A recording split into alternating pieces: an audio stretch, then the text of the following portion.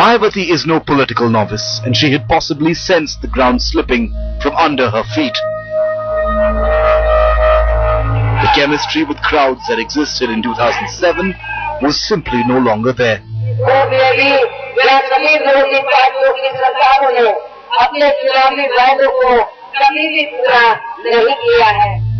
The strain too had been showing.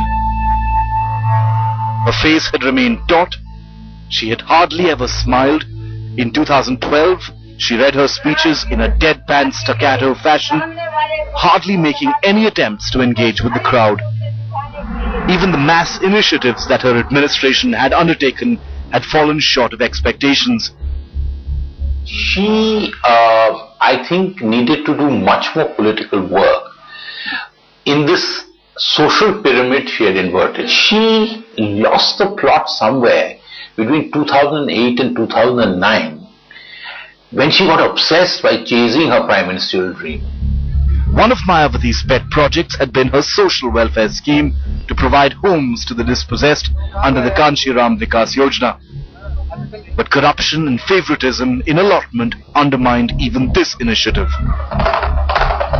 इसमें जो भी है, जिसके पास आवाज चाहिए उसको नहीं मिला. तमाम लोगों जो जिनके पास आवाज हटों में पड़े उनके पास यहाँ आवाज है. 500 आदमी रहते हैं कॉलोनी में. बाकी सब ऐसे पड़ी कॉलोनी है. क्यों? कोई किराए पर रहते हैं, कोई खाली पड़ी है. कहते हैं हमारा यहाँ लंच वाला पैकेट बना रखा है, आते हैं घर हरदोई से, यहाँ खाना खाते चले जाते हैं. जिनका आवास वहाँ है और यहाँ रहे हैं और बंद ताला डाले पड़े हुए हैं, सालों साल हो गए हैं.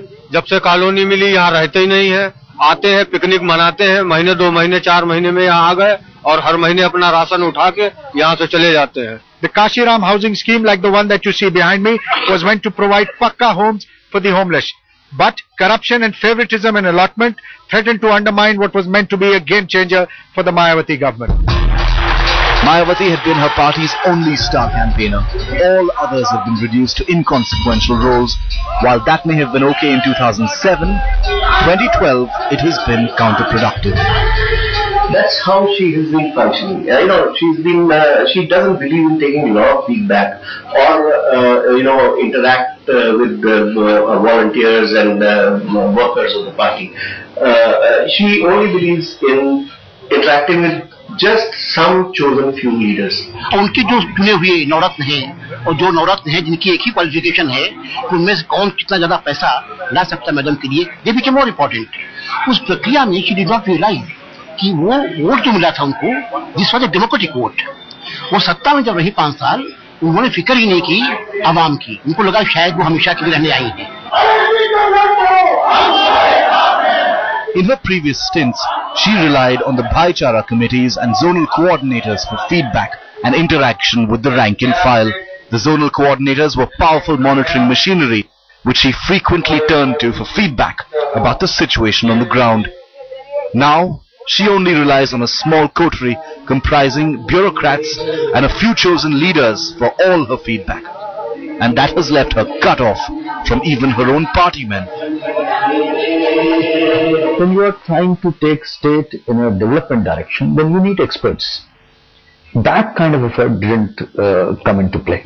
So, unless and until you have a group of experts who can create a vision and who could implement that vision under the guidance of the leader, I think that is the missing link which Mayawati probably didn't bring to the ground.